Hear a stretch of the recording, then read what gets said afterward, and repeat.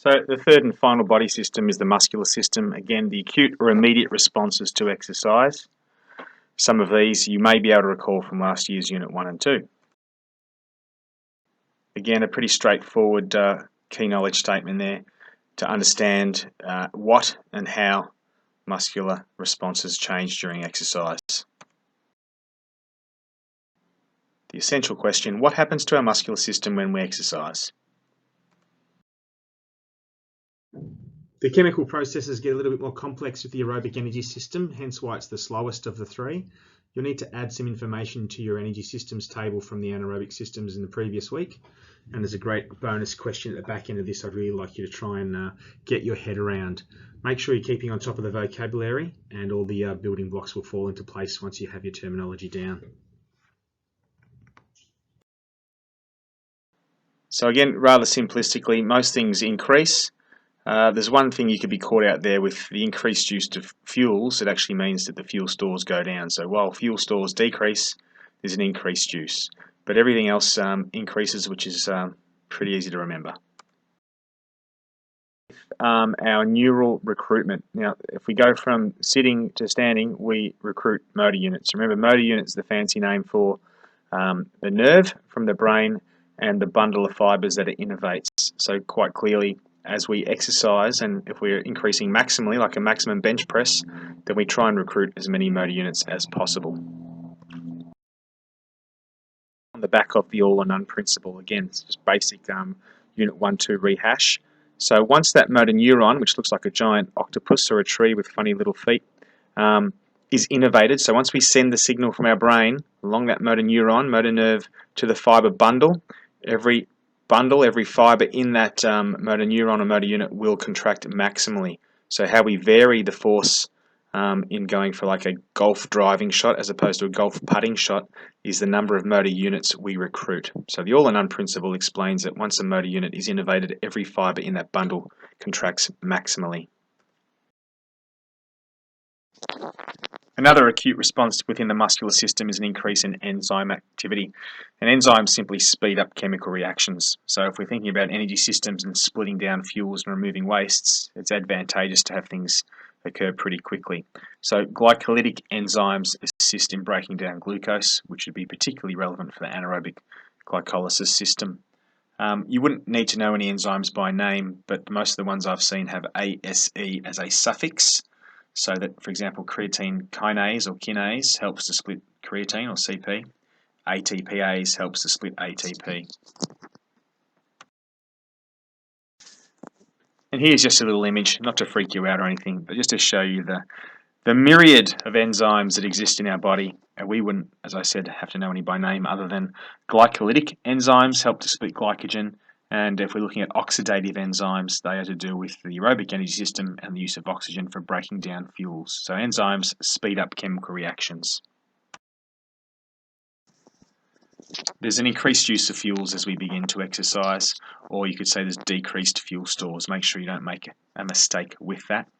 But all the chemical fuels that we have stored in our body, most of which come from food fuels, we start to break them down according to the intensity and the duration of the exercise.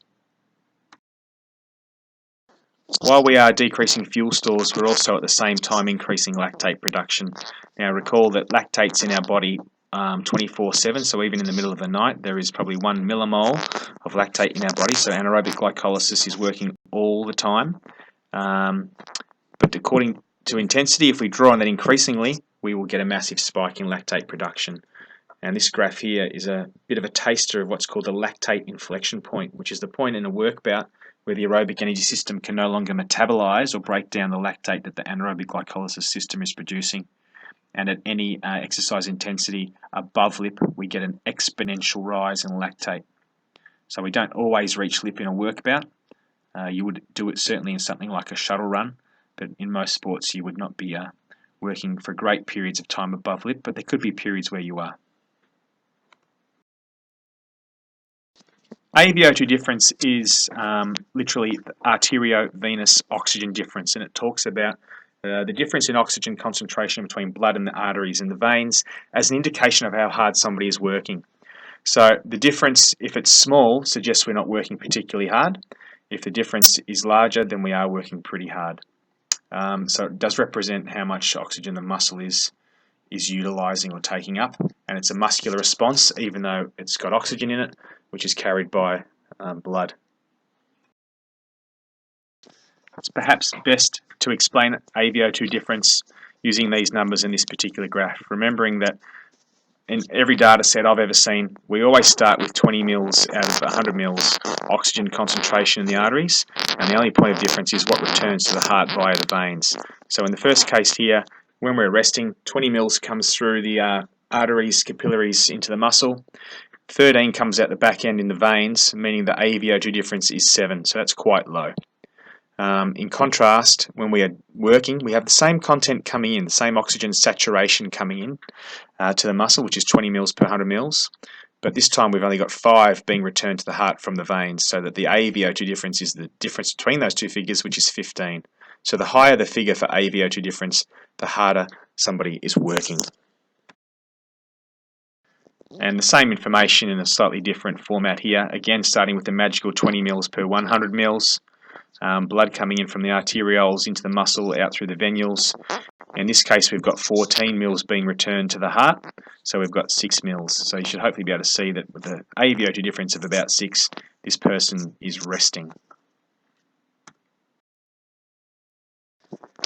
So just further showing that this information can be depicted in a number of different ways and diagrams with different figures, but this is the third case where we're all starting with 20 mils regardless of rest or exercise, so a 20 mil per 100 mil saturation of oxygen from the arteries. On the top diagram there, we've got 15 or 16 being returned, so that the AVO2 difference is 4 to 5, that's clearly at rest. And in the bottom picture, again starting with 20 mils on the arteries, and have 5 mils going back to the veins, so 15 mils is your AVO2 difference. So the AVO2 difference is that number that the muscle is consuming. The higher it is, the harder you are working. Moving away from AVO2 difference and increased body temperature, which is pretty clear to see with this heat map here. And because of that increased blood flow to the muscles, plus the heat that we generate when we work, we increase our body temperature. And if you think about what we do when we start to get very cold and we start to shiver, it's kind of an indication of what we can do for the muscles to keep nice and warm. In looking at muscle fibre types now, just ever so briefly, it's important to be able to remember that the two main types we'll be looking at are type 1, red, slow twitch, and I've got a traffic light there to suggest going slow. They are endurance-based fibres. We all have a percentage of each in all of our muscles. Certainly a world-class marathon runner, you would think, would have a higher percentage of type 1 muscles in their legs than the average Joe. But the 4 bold bullet points I've got there, mitochondrial density, myoglobin, capillary density, and oxidative capacity, are all terms I think I'd like you to play with and see if you can work it out for yourself with your own little search, or else ask some questions in class. But they would be important characteristics to know for red slow twitch fibres.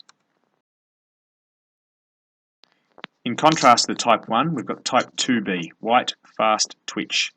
And they're certainly suited to anaerobic power strength-based activities. And again, we have a percentage of type 2b and type 1 in all of our muscles. And you'd expect that Usain Bolt has a particularly high percentage of type 2b in his body, and especially in his legs and glutes. So a couple of things there I think you could play with: motor neuron size, force production, speed of contraction, hypertrophy potential. See if you can make sense of those to unpack what that actually means for type 2b muscle fibres. And here's my mind map for the muscular responses. A keen eye may note that, again, I've gone with the circular format for all 3. And I've really used, I guess, a clock face. So the brain would be 12 o'clock, and to the top right of that would be 1 o'clock, and I'm trying to work around in what makes sense to me with how the body works in bringing muscles to work for us. So starting with the neural stimulation there at what would be 1 o'clock. I've also gone with the colour brown because red was taken for cardiovascular, blue was taken for respiratory, and most people's muscles tend to be brownish. So see if that makes sense to you. Try and make your own. I'll try and blow up an A3 colour copy and bring them into class. Your bonus activity here, and it's playing with that AVO2, which if you're not sick of it already, you may well be by the end of the year. But have a look at this graph here, and the question just says, what's the approximate AVO2 difference at 3 litres per minute oxygen uptake, which is your bottom axis point, and half a litre per minute oxygen uptake. See if you can understand that question and make a decent fist of an answer. So this bonus task really gets you to expand or explore further the 3 or 4 characteristics I directed your attention to in the main part of the slideshow. Now, while you've got the characteristics there in that table, what you really need to do is tell me what each of these things mean. So what does glycolytic capacity actually mean? What does myoglobin content actually provide to the muscles? So make sense of the characteristic on the left-hand side, and then obviously to know if slow twitch or fast twitch has high, medium, low, or more or less of this particular feature.